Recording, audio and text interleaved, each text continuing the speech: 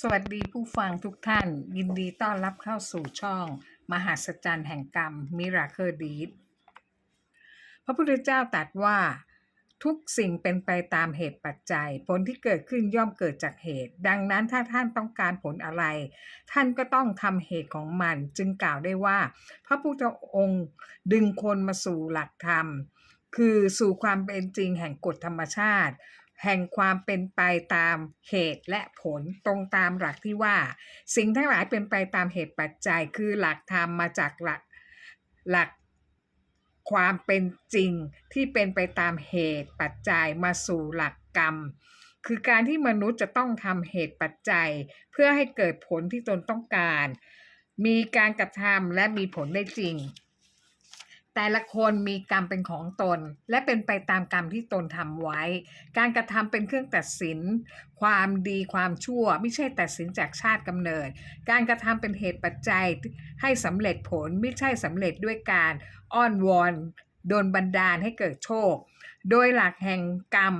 เรียกว่ากฎแห่งการกระทำซึ่งต้องควบคู่กับวิริยะก็คือหลักแห่งความเพียรพยายามแต่ทั้งนี้ทั้งสองอย่างต้องคู่เสมอเพราะคนเราจะทำอะไรให้สำเร็จด้วยตนเองก็ต้องใช้ความเพียรพยายาม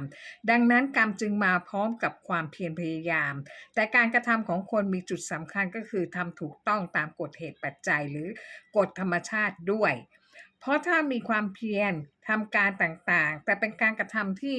ไม่ถูกต้องตามเหตุปัจจัยในกฎธรรมชาติการกระทำนั้นเป็นความเพียรที่สูญเปล่าและเป็นการที่จะกระทำให้ถูกต้องตามเหตุปัจจัยของกฎธรรมชาติต้องอาศัยสติและปัญญาที่รู้ถึงเหตุปัจจัยศึกษาค้นคว้าหาความรู้ที่ถูกต้องมาลงมือกระทำคือการเรียนรู้ฝึกฝนและพัฒนาตนเองด้วยความเพียรพยายามจึงจะสำเร็จได้ตรงตามเป้าหมายที่เราต้องการและประโยชน์ต่อตนเองและสังคมระหว่างการเรียนรู้ย่อมต้องอาศัยความอดทนต่อสู้กับความยากลำบากต่างๆนานาที่ต้องเผชิญเป็นการฝึกฝนตนเองให้พัฒนาตนเองก้าวสู่ความสำเร็จดังนั้นเป้าหมายที่ตนตั้งไว้บางครั้งอาจมีท้อแท้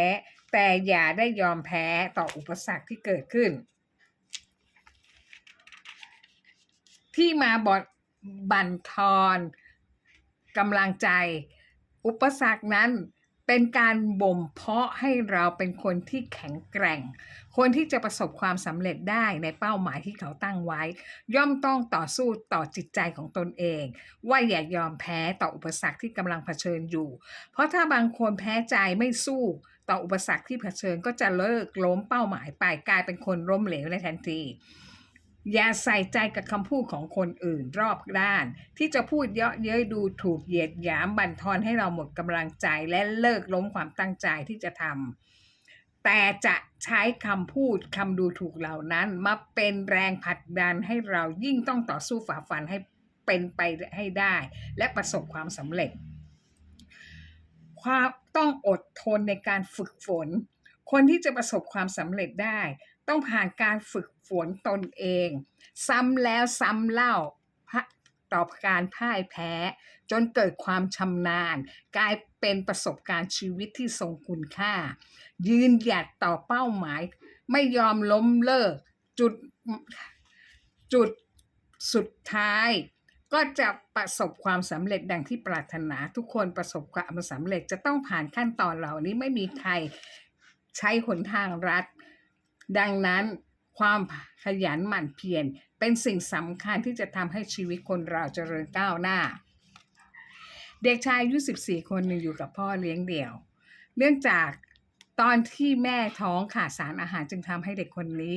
เกิดมามีพัฒนาการที่ช้าแต่ไม่ได้เป็นเด็กปัญญาอ่อน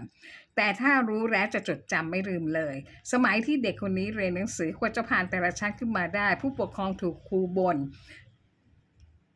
และฟ้องรายงานประจำเลยว่าเด็กมีพัฒนาการทางสมองช้าสอนแล้วก็ไม่จำความจริงไม่ใช่เนื่องจากเด็กไม่เข้าใจในการผสมการคำอ่านภาษาไทยจึงอ่านภาษาไทยไม่ออกกว่าเด็กคนนี้จะอ่านภาษาไทยออกได้ก็เรียนถึงม.1และเด็กคนนี้ไปสมัครเรียนเป็นนักดนตรีของโรงเรียนเพื่อนและครูหัวเราะเยาะว่าจะเป็น ตัวถ่วงจะอ่านโน้ตได้เหรอเป็นตัวถ่วงของวงดนตรีเขาเปล่าๆแต่เด็กคนนี้กลับพูดว่ายิ่งดูถูกมากเท่าไหร่ยิ่งมีแรงผลักดันให้ฝึกฝนพัฒนาตนเองให้ก้าวหน้าให้ประสบความสำเร็จให้ได้เริ่มแรกการฝึกฝนในการเป่าขลุ่ยแบบงูปลาปลาไม่เป็นเพลงพอนานวันเข้าฝึกทุกวันตอนนี้สามารถเป่าเป็นเพลงที่ไพเราะและโรงเรียนได้พาเด็กไปออกงานหลายงานนอกจากสามารถเป็นนักดนตรีประจำโรงเรียนแล้วยังเรียนหนังสือได้เกรด 3.75 อีกทุกอย่างมาจากความมานะอดทนฝึกฝนภาคเพียรจนเกิดความชำนาญสติปัญญาดีขึ้นรู้ว่าอะไรควรทำอะไรไม่ควรทำในการมีการตัดสินใจได้ด้วยตนเองการไปประกวดก็ได้รับรางวัลชนะเลิศได้ใบประกาศเกียรติคุณทำว่าประโยชน์ให้แก่โรงเรียนนี่คือเรื่องจริงที่เกิดขึ้นกับเด็กชายคนหนึ่งที่เริ่มแรกใครๆก็ดูถูกว่าเรียนหนังสือมันเก่งเรียนรู้ช้าแต่เด็กไม่เคยสนใจต่อคำพูดเหล่านั้นเลยเขาสนใจแต่เป้าหมายของเขาเองว่าเขาต้องการทำอะไรและเดินไปสู่เป้าหมายของเขาที่ตั้งไว้ไม่ยอมล้มเลิกฝึกฝนทุกวันจนประสบความสำเร็จเวลานี้คนที่ดูถูกเยาะเย้ยเขาก็ยังเป็นคนที่เล่นดนตรีไม่เป็นเช่นกันการเรียนหนังสือก็ยังคงเหมือนเดิมแต่ตัวเขามีการพัฒนาการเปลี่ยนแปลงหลายอย่างจนคนทุกคนมองว่าเขาทำได้อย่างไร